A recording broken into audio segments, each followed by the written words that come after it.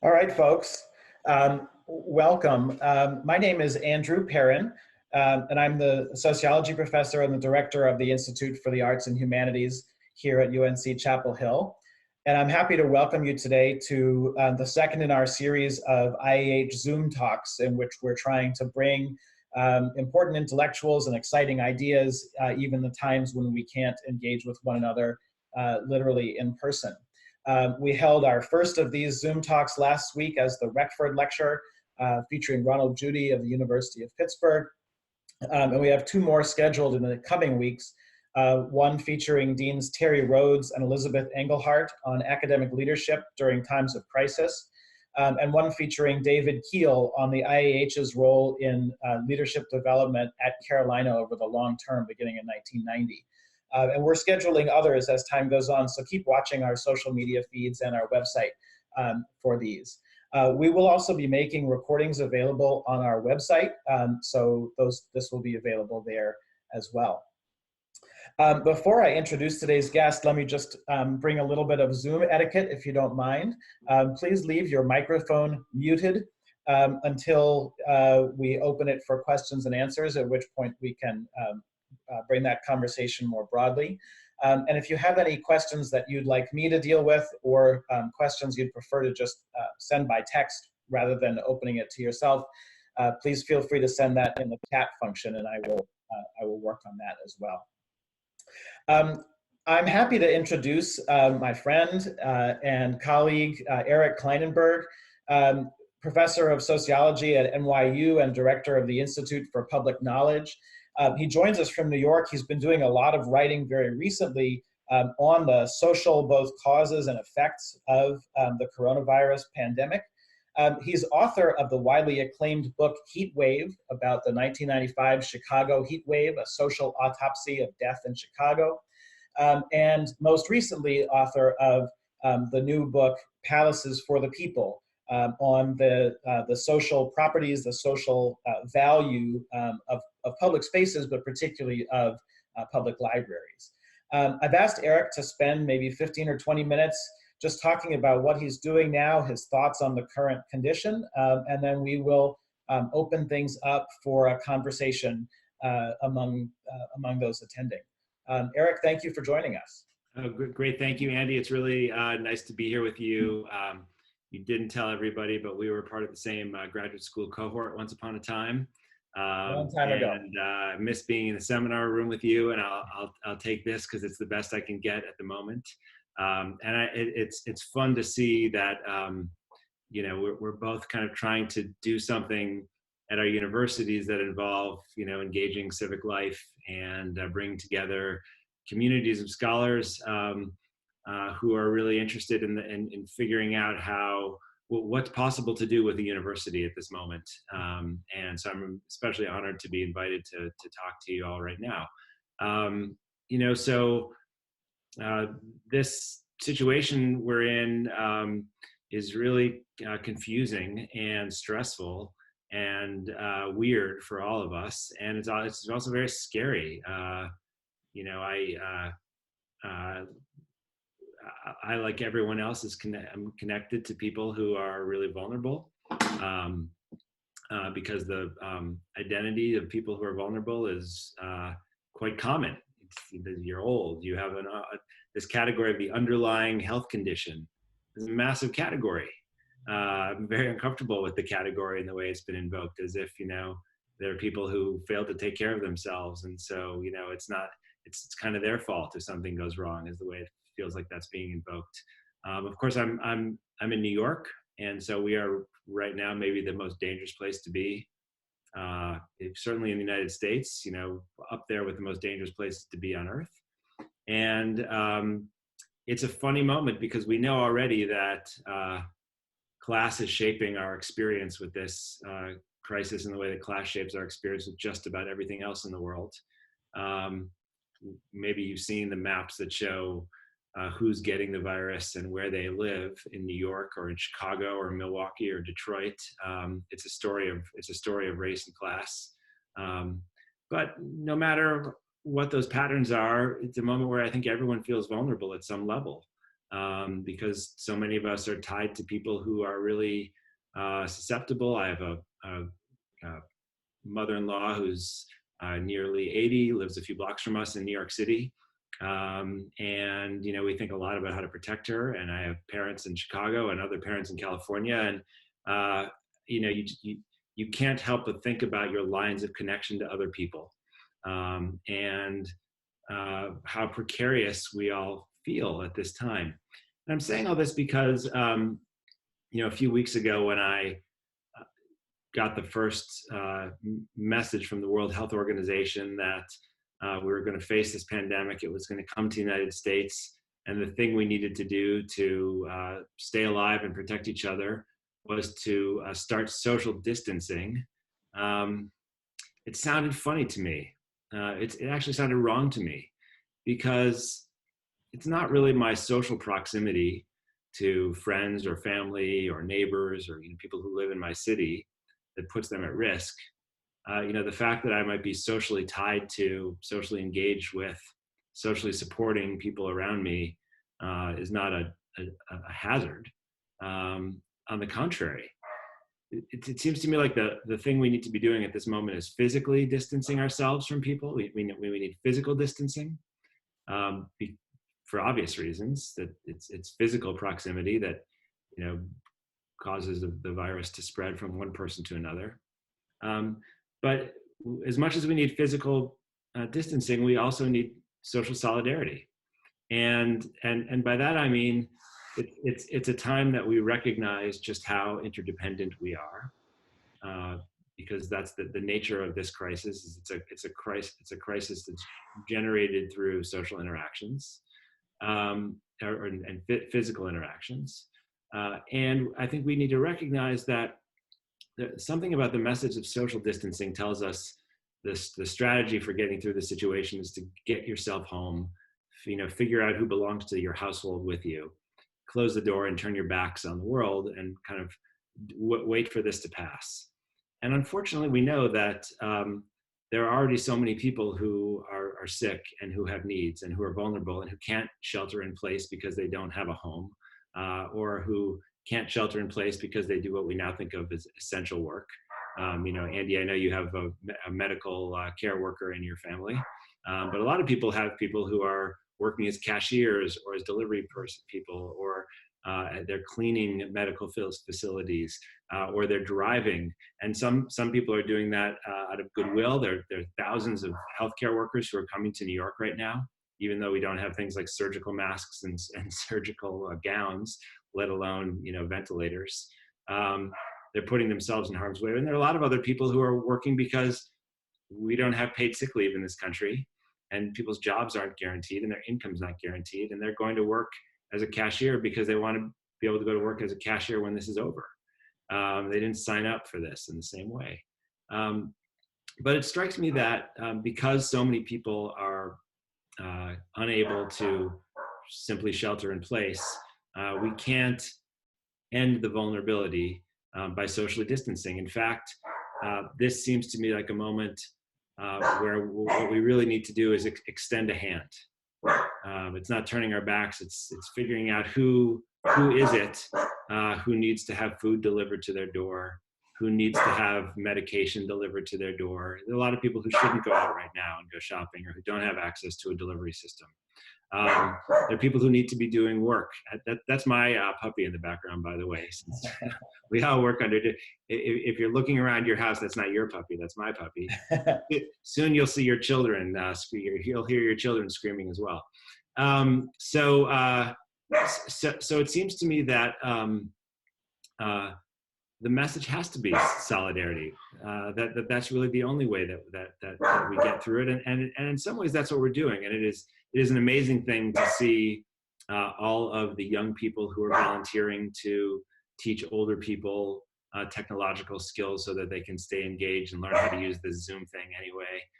It is amazing to see, I have younger colleagues who are volunteering to deliver food and medications door to door to communities where you really do need to do that. And you probably know a lot of people who are giving what they can to food pantries or to homeless shelters. And we hear a lot of people calling for things like universal basic income or paid sick leave, or better education. I mean, there's a way of promoting social solidarity that involves scaling up to something political and not just knocking on the doors of people around you. And I think it's a moment where a lot of people are realizing that there's a lot that they can do.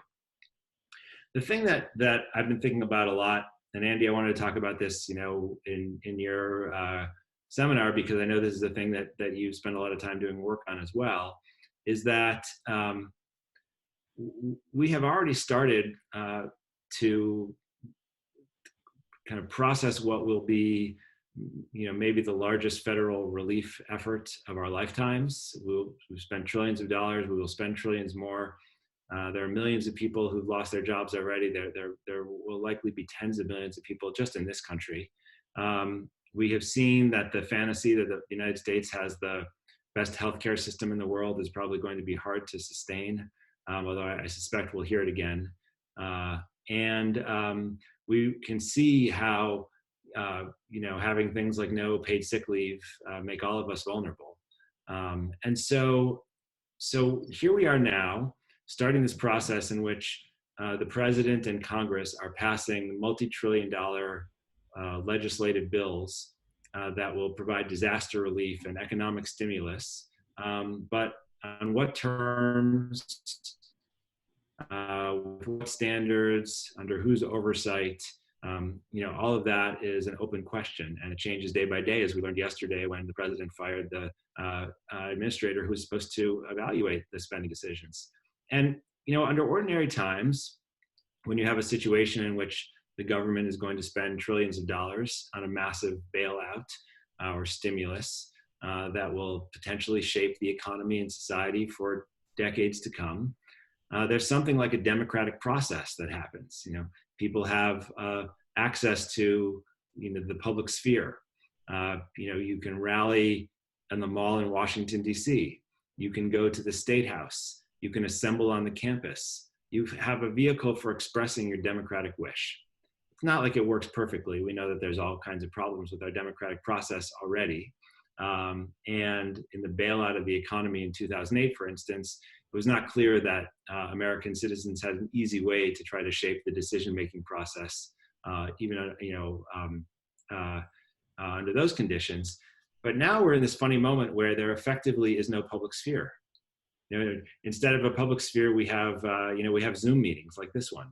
We have Facebook, we have Twitter, and it's not nothing. I mean, it is something, but it's not what we're used to. And it's not at all clear to me that we have a mechanism for expressing our preferences, or for mobilizing as a citizenry, or for finding representatives who will speak for us. I mean, there's this kind of just bizarre and puzzling process through which we're, I guess as of moments ago, Bernie Sanders is out of the campaign, and there is a Democratic candidate for president, it seems to me, at the moment. But look at this election in Wisconsin yesterday. I mean, what we're experiencing now is not democracy as it's supposed to work. And it feels to me like we are in a truly consequential moment where we're going to make massive decisions, again, decisions that could potentially involve trillions of dollars and that could structure our labor market, our cities, our economy for decades to come. And I don't know how that's going to happen and how democracy will work in it. So one thing I would love to talk with you today about is that, what comes next. And I guess the other thing that I would really like to discuss with you and hear your thoughts on is this whole question of solidarity that I've been raising. What does it mean for us to try to build social solidarity at a moment like this? So I really do believe that the events can be switching points for history. That we will be something different on the other side of this, and that we really are about to embark on a period of social and political change like nothing else that we've experienced. And in that period, being able to build something that feels like social solidarity, by which I mean this kind of basic recognition that we are interdependent, and that if we invest in public goods and common interest, that we have some capacity to kind of do better collectively. than if we act as if we are on our own and we're better than everyone else, and that we're just fine and we can do what we want. It seems to me like building solidarity has never been more urgent.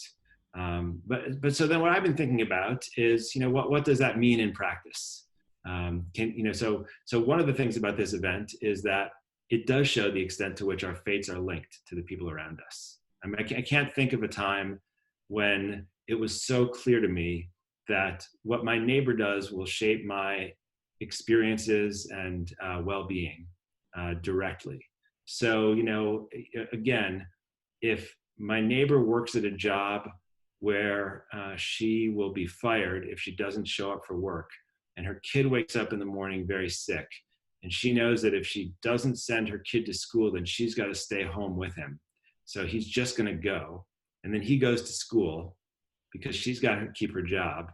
And my kid gets sick, and then I get sick. I mean, things spiral that way, right? And it's the same, there was a report a few years ago about the number of people in the food industry in the United States who show up to work when they're sick, even with the virus, because they have very low levels of job security.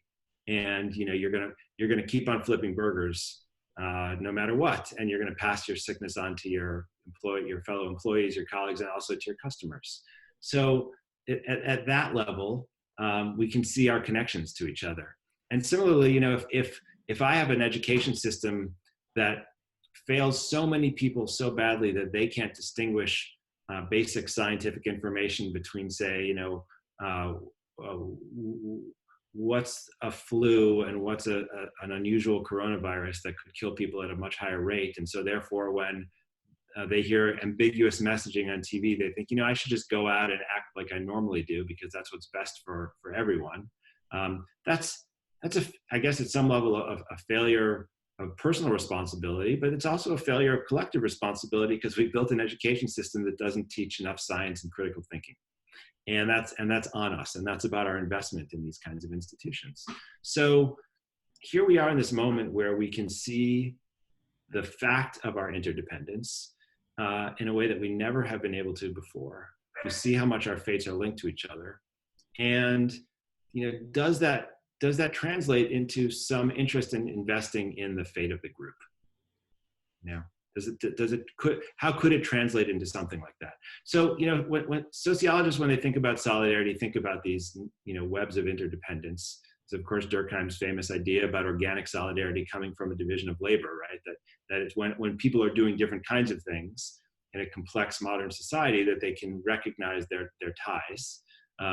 We are integrated in a different way in the modern world. And of course, now we live in a very global world. And so our interconnections are not just to our neighbor, but also to people, in Wuhan, China, and in Milan, Italy, and in Jalisco, Mexico. And so that really changes the nature of what it means to think about solidarity. So, and this is another thing I've been struggling with. Conventionally, when Durkheim was writing, there was kind of the solidarity of the religious group. There was the solidarity of the professional group. Durkheim cared a lot about professional ethics, and it was a corporatist kind of concept. So even the history of labor unions in the United States, the kind of where solidarity has been a big idea, has often been structured in a corporate kind of way. It's the truck drivers are part of a union, and maybe they're national or maybe they're international, but we're organized in a very particular way. So what does it mean to think about solidarity when the problems are things like the coronavirus pandemic on a global scale, or when this is over, climate change? Can we produce a kind of the kind of global solidarity that we need to make sacrifices in the United States for the sake of people who might be flooded out of their homes in the Marshall Islands? And I don't have answers for those things, but it's what's on my mind right now is how do we make the case? How might we think about the meaning of solidarity at a moment like this? And should we want to begin a project of really trying to build it? Do we even know what that would look like? So I think I'm going to stop there. Great. Eric, thank you for those provocative thoughts. Let me open it to the audience, please feel free to jump in, to raise a hand, or to enter something in the chat. And could we make sure that people introduce themselves when they do? Yes. Thank you.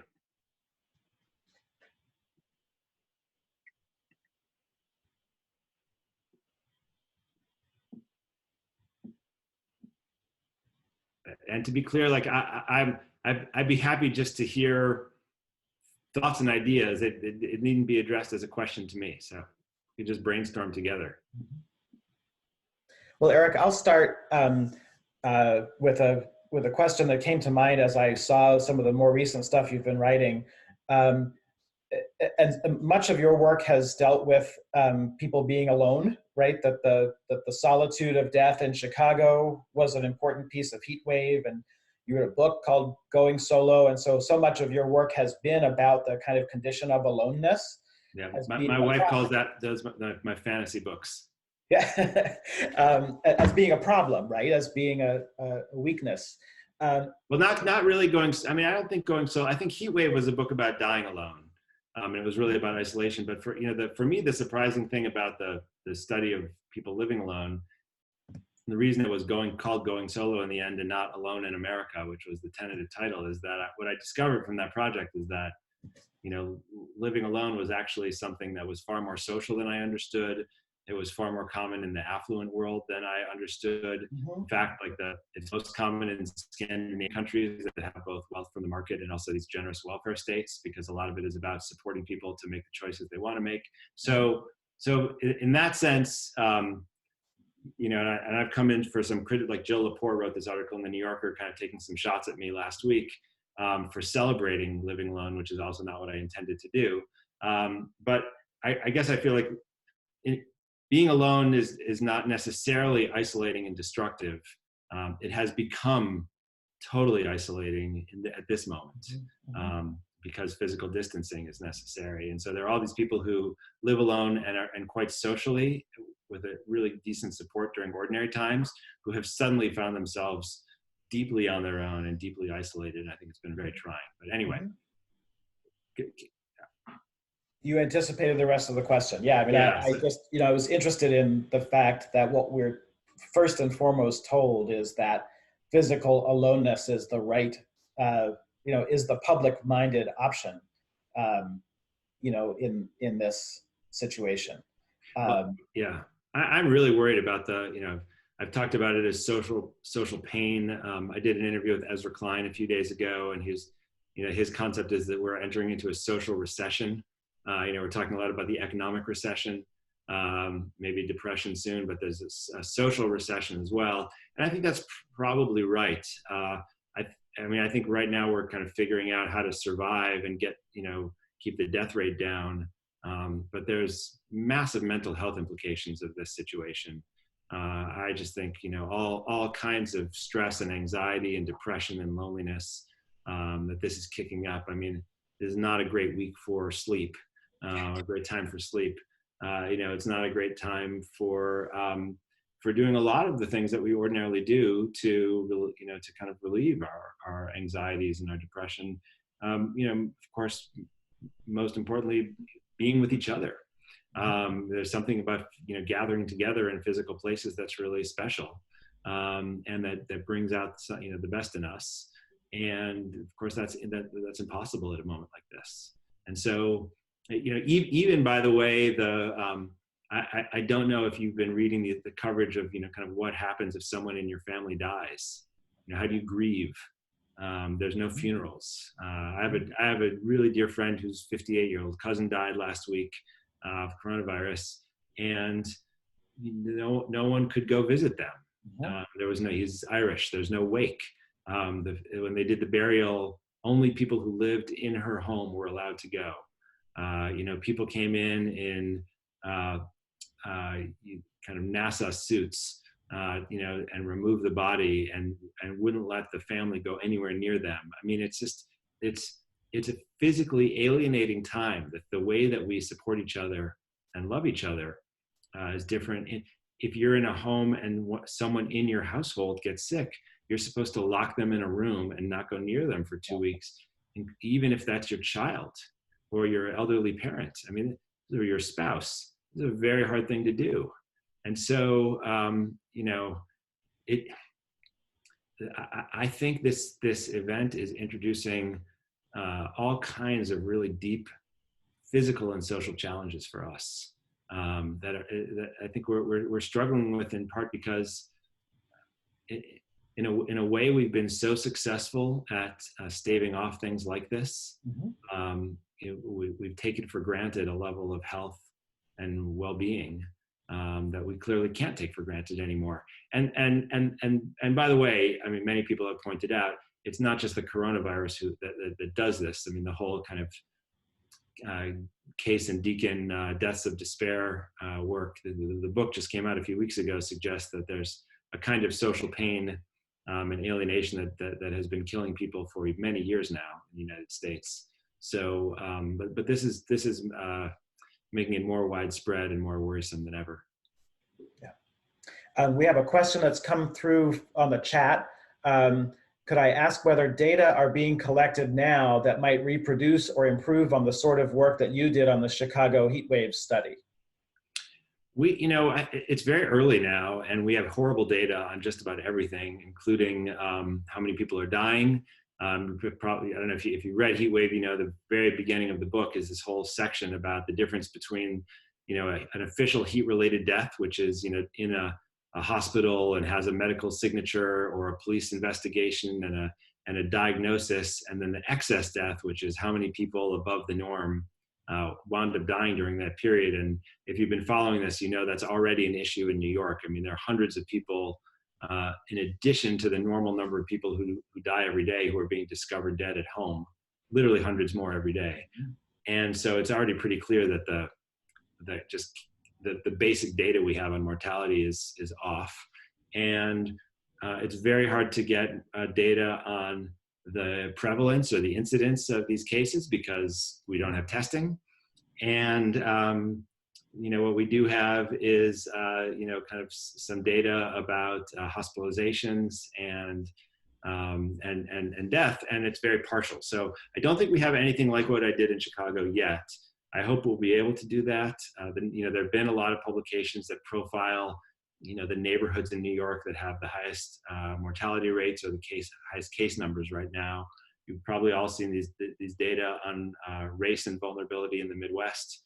Detroit, Milwaukee, Chicago. It looks very bad. It looks very much like African Americans are more likely to get the virus and then also significantly more likely to die if they do get it, which should not be a surprise since everyday inequalities, including access to healthcare, are going to determine who has the capacity to get through this and how sick someone is before the virus hits, which is going to shape the outcome.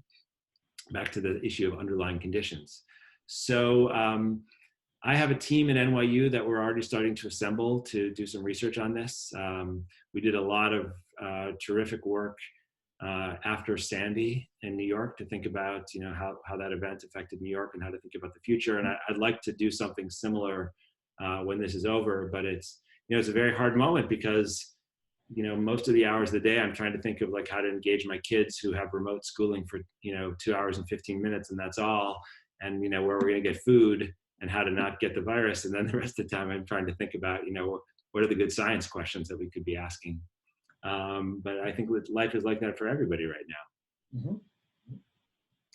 So let me just say, if you're interested in this, please let me know, because there are all kinds of possibilities for collaboration. I have a PhD student who reached out to me this morning because she wants to do a project on neighborhoods and social networks. She's trying to figure out how to do Zoom interviews with people in different neighborhoods in New York.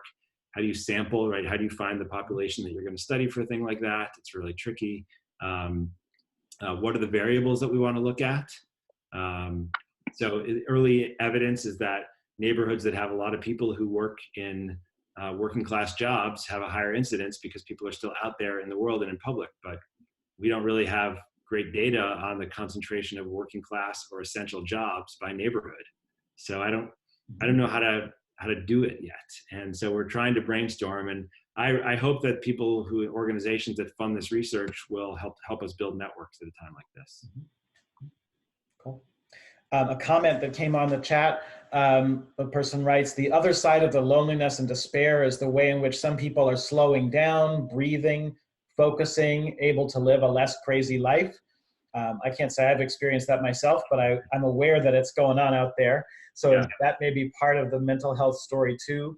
And I might actually add also in a weird kind of way, this is me now, not the person from the chat, in a weird kind of way, the failure of some of the medical systems have produced a kind of, I don't know, sort of backfill solidarity where, folks are making, our maker spaces at Carolina have built personal protective equipment for healthcare workers in the UNC hospitals because there weren't enough of them otherwise. And so the failures of these institutions in a kind of backhanded way provide a way for people to express solidarity in an odd kind of way as well.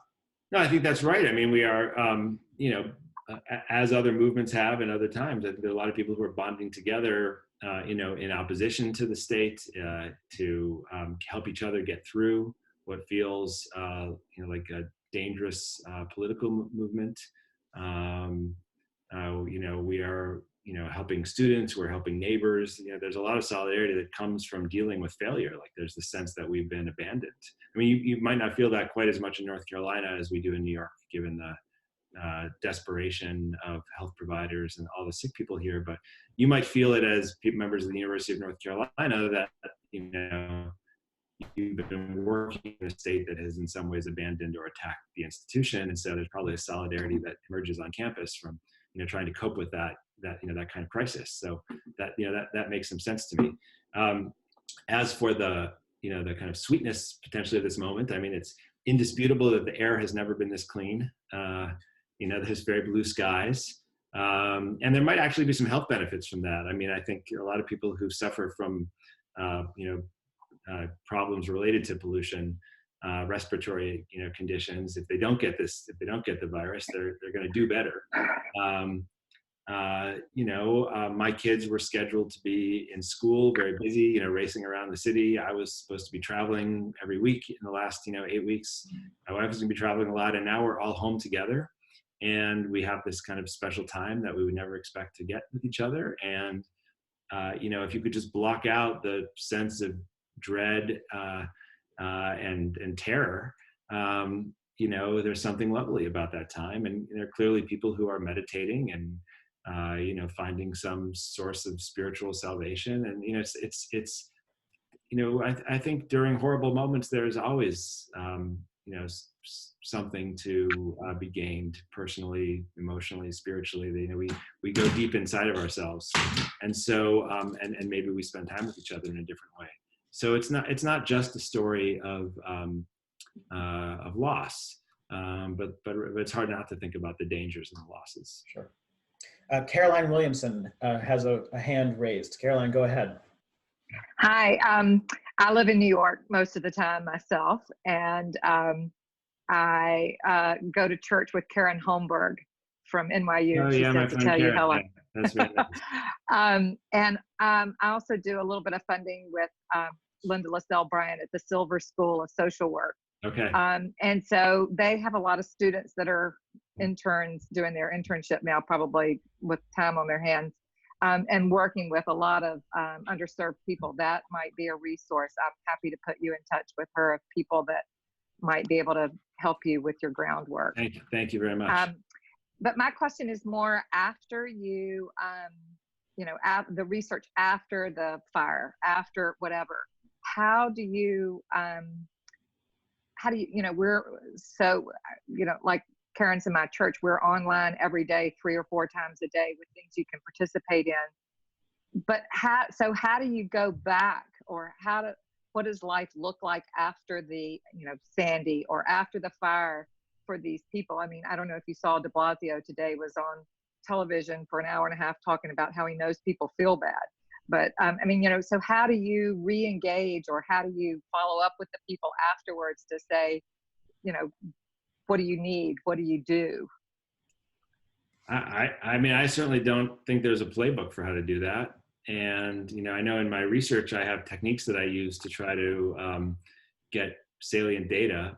And, you know, if you're asking as a researcher, it's really tricky. I mean, when I did my book about the heat wave in Chicago, for instance, I went to neighborhoods and started asking people what had happened on their blocks, you know, who died and where they died. And it turned out that people didn't know what was going on in their blocks. And lots of people said, you know, nothing happened here. We didn't have any problems here. Everything was fine. And they'd said that even though they were living next door to someone who died. And even people who lived in the buildings where people died didn't know that people had died. And that was not a reliable source of Right. data for me. And so I needed a different kind of data collection. So when I spoke to my graduate student this morning about her project on social networks, and, you know, she said, well, it seems like in some neighborhoods, there's a lot more people out in public space. There's like more interaction, physical interaction, and than others. And I said, well, you know, how are you going to try to assess that? If you do interviews, you know, you may get reliable information, you might not. It's very hard to capture that. It's not. I actually don't think as social scientists we can just trust people's self-reports about things like that. They tend to be pretty unreliable, and so that's tricky. If you're asking not in terms of social research, but in terms of kind of how do we get back to regular life, that's also a tricky question. I mean, I think people's overriding experience with this is physical life in person is better than life on the screen. I don't know a lot of people who are saying like, oh, when this is over, I can't wait to not go into work anymore and I can have more Zoom meetings, you know? I think there was I got one round of applause. Thank you, Susan Bickford.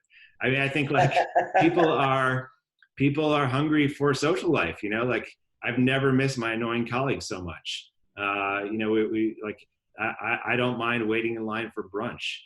There's just like a lot of things that I'm looking forward to in life again. But I also know that it's going to be very hard for me to get back in the subway. You know, when it's time to get back in the subway, it's going to feel really weird to go to a very crowded, you know, bar in New York City or to a music venue.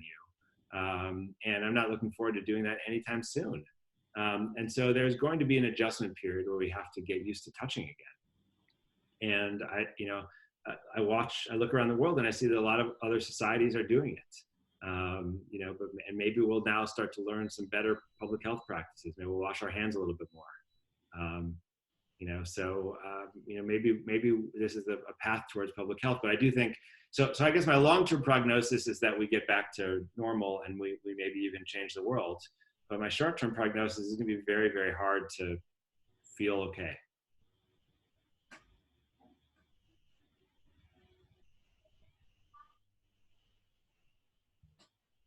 If I could jump in. First of all, it's a pleasure to meet you, sort of this way. Are you in Afghanistan now, or is that what's... There's Syria, the desert of Syria. I was teaching about Syria and thought I'd try to throw up relevant backgrounds. Much more interesting than the wall of my home. I like it. I'm sort of curious about the ways in which not only are we being isolated. I'm sorry I had to jump out and take a call for a few minutes. Maybe you already discussed this, but the ways in which we're, you know, physically isolated. And I take your point about physical distance as opposed to social distance. And I remember seeing, the first time I saw that was an email from Andy a couple of weeks ago, correcting people about the terminology. I also wonder the way in which so much of this crisis is pushing public health into an individualized direction, like it becomes our responsibility to make our own masks, to take care of our own safety, to do all of these things. And whether that's a zero-sum thing between the public infrastructural commitments, investments, and so on, like it becomes your problem and your fault if you didn't take care of yourself, as opposed to our collective problem and our collective fault. Or whether we can blame there's enough blame to go around that we can blame everybody at the individual and collective level at the same time. You know, I guess my feeling about this, and I think it's an open question, these are matters of interpretation, and part of the reason I've been writing so much and doing so many conversations like this is because it feels to me like we're going to have to frame and define this experience, and that the stakes are pretty high because we're going to go away from this with certain lessons and ideas about what happened. Like we know, for instance, that the president will soon tell us that, you know, millions of Americans could have died And the only reason that hundreds of thousands of Americans died is because of, his brilliance as a political leader and how seriously he took this, and the incredible way in which he managed, to deal with bad information that came from the World Health Organization. And so, it feels to me like there's a lot that's up for grabs in this interpretive battle. And like we see how culture matters for politics right now if we didn't before. And so, I guess on this individualism and public health thing, it feels to me like the idea that, you're responsible for producing your own mask. That's the kind of thing we feel if we live in a failed state. And that, I do think that a lot of people's expectations are being shaken, and people will come out of this experience with some different political views than they had before.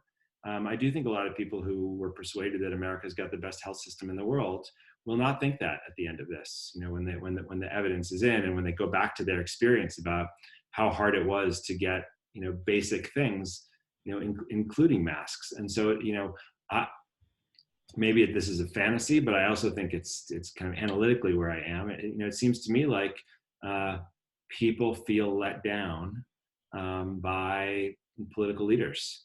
And there's a sense that we did not do this adequately, and that it is wrong and unfair to say to people, this is not a real thing you need to be worried about.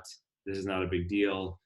Go to work, act like you normally can, like you normally do. And then the next day, actually, everyone needs to have a mask that you can't get, and you really shouldn't go out into public without that mask that you can't get. I think that's not the kind of approach you get from a government whose ideas inspire faith. So, I guess I think that a lot of Americans now, including people who, don't have kind of strong ideological commitment to progressive politics or the Democratic Party even, feel that they've been placed in an impossible situation.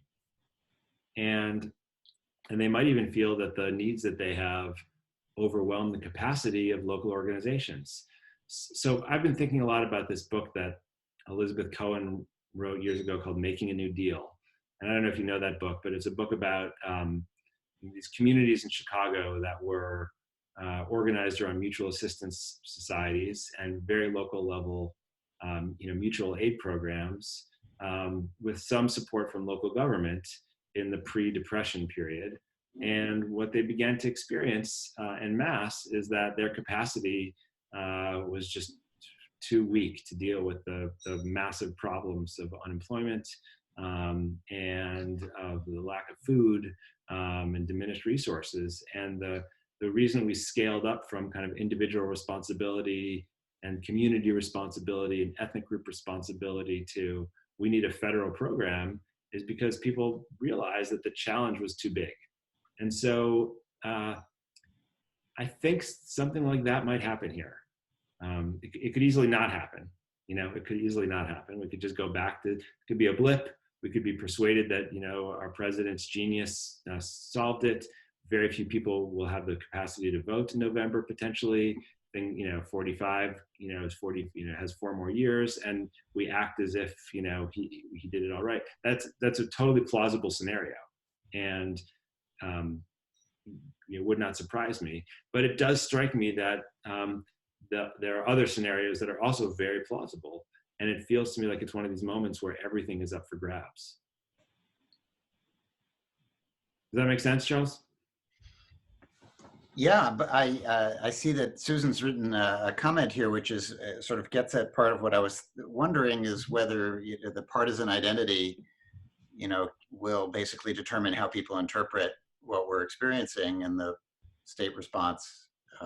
And I think, yeah, I mean, we're all curious to see how this plays out. I also wonder, because I study the Middle East primarily, where the responses have been all over the place on the part of different governments, and the level of disaster is potentially even greater, although slower to start in some countries. And it's not clear that anybody's minds is, are going to be changed about anything, on a broad scale. That I get it. Yeah. Yeah. I mean, I totally get it. And I guess one of the questions is, how many older Republicans have to die in Florida before people think, we've really been failed. You probably saw these lines of people waiting for unemployment checks in Florida right now because you can only file your claim in person. The online system is broken. There's a lot of anger at Rick Scott about that. A lot of people voted for Donald Trump in Michigan 4 years ago. And when Michigan needed federal assistance, the president attacked the governor and wouldn't deliver anything. I guess today he announced he was sending more ventilators because of the Republican senator from Michigan. And I'm guessing there are a lot of people in Michigan who are angry about that. And there's no doubt that there's 25 to 30% of the population who, will never change their mind. And, there's nothing that can be done. But I actually think there's a good number of people who, have a fairly open mind about this situation, and they will be judging what happens. And so now we're in this moment where there still is uncertainty. I think, very few parts of the country have had the experience that we've had in New York. So it's hard for me because we've lived inside of this so intensely the last few weeks. It's kind of hard to believe that there are places that are kind of going on business as usual, like the state of Tennessee, where they don't have stay-in-place orders, or Iowa or Idaho. I mean, it's just that's another world as far as I can tell right now. But as this crisis moves from state to state and city to city, and expresses itself, through us, and causes joblessness and death and massive anxiety, I think people will be moved. So we'll see. Let's just bring in Susan Bickford's comment, which is referenced, but Susan writes, the interpretive battle, is there any reason to believe that the grip of partisan identity will loosen in terms of how people frame this event? And again, I can't resist sort of commenting on that too and throwing it in here, but you mentioned sort of going back to normal, and you mentioned the kind of agora area or the public sphere. By really any measure, the public sphere was deeply broken before the coronavirus hit. And I suppose a positive moment might be to suggest that it actually might get fixed in some sense in the wake of the virus. But going back to normal implies going back to a deeply bifurcated battle over the sort of nature of truth and the partisan identity of sort of moral and epistemological judgment. So we were in big trouble before this all started. Sure. And so, I to amplify Susan's comment, it strikes me as more likely that the toxicity in the public sphere is probably not going to be solved. I don't expect the public sphere to get resolved. I don't. I don't think that means that people will not change their minds. I don't think that means that people are fixed on a certain set of political preferences and will vote in a certain way. I like nothing short of a transformation of leadership and ownership at Fox News, will change that operation. But we reached a point where, if Fox News closed tomorrow, another actor would just step into that role, because it's clear that there's a market for, that kind of approach. And so I don't expect Facebook to go anywhere. I mean, Facebook has become far more popular in the last few weeks than it was before. The public sphere is just a different thing than it used to be. And, I've actually been spending a lot of time talking to senior people at Facebook the last few weeks, trying to push them to do more and better messaging, and to, try to frame this event in a kind of serious, scientifically responsible way. And they've been pretty accommodating, actually. I don't know if you've seen, like, on the Facebook homepage, there is, in the Explore tab, this COVID-19 link, and if you hit it, it takes you to all of these local, news sites for that's geolocated, and so they'll tell you, like, you'll get messages from people who are offering help. You get messages from people who have needs. You get links to local organizations that are doing work. I mean, I do think that there is some sense from the owners of these companies that they should do things differently. And it doesn't mean that we're still not going to have echo chambers. But I just don't want to estimate the extent to which this event is capable of generating changes, and changes that are hard for us to foresee. This is a massive experience we're going through. I can't hear you. Someone speaking? Yeah, someone's, yeah. If I could just add on to that, I think what you said before, Eric, is chimes with what some of my political science colleagues are saying as well, which is, we don't need everyone to change their minds, and everyone's not going to change their minds, but enough people, we just need some people to not interpret what's happening through these hyper-partisan lenses to be able to make a difference. I think that's right, yeah. Mm-hmm. Fair enough.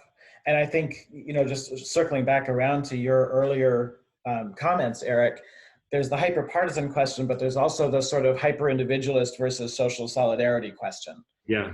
And they're obviously related, right? These questions about the social nature of the phenomenon and about the political nature of the phenomenon they're related, but they're not the same thing. That's right.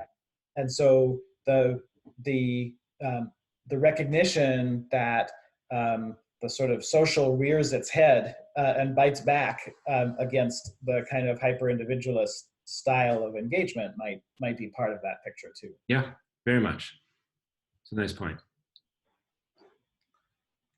I know Eric has just a few more minutes. Any further questions, comments, thoughts you'd like to throw into the mix? Yeah, I'm curious, you mentioned talking to people at Facebook. Now, as a public intellectual, you have more of a duty than the rest of us because your voice actually gets heard by people who matter. I'm curious how you're navigating that. You've been in this role now for several years, where you have to comment on things. We're all still trying to figure out what's going on. And not only do you have to do that, but you also then are going to be on the record potentially forever about how you respond. How do you manage that? Well, I mean, first of all, I usually don't say anything.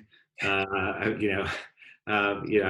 try not to be the kind of person who just kind of, bloviates on all matters. I mean, this happens to be an issue that falls pretty squarely at the center of a whole bunch of different things that I work on. And so, and I only got active in this debate because the first thing I wrote was that New York Times op-ed about solidarity because I was so frustrated by the language of social distancing, and also I felt like the things I learned from looking closely at the heat wave event in Chicago actually helped me understand many parts of this political dynamic, which played out in similar ways in Chicago. And so, I guess I just want to say first, I think, I don't know how much of a public intellectual I am, but I do like to engage in public debates. And I think there's a more responsible and less responsible way to do it. So like I found out the other day in my email that Verso has just published a book by Zizek about the COVID-19 crisis. And, that was remarkable. I'm not doing that. So I do want to engage in things where I feel like I have something, serious to offer. And I guess to your question about, the pace of these engagements and doing it in real time versus kind of doing the kind of more conventional scholarly approach of, spending a few years before issuing any kind of analysis and doing it carefully. But that is, I think that is a kind of hazard of the kind of engagement that I do. And it probably means that I'm out there wrong more often than a lot of my colleagues. But again, I mean, I try to be somewhat responsible about it. So I guess what I'm not saying here is that I think that I'm certain that we can build solidarity out of this, that I know that we're going to have this transformation in a certain direction. I do feel fairly confident that there will be some significant social and political changes on the backside of this. I do not know the direction of them.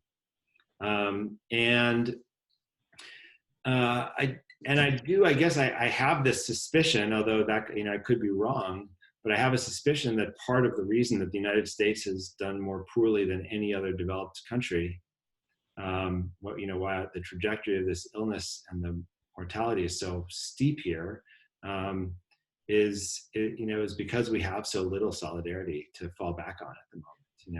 Very high levels of distrust, including the distrust that government leaders have for scientific expertise, and the distrust that we have for our neighbors that sends us out buying guns and hoarding toilet paper.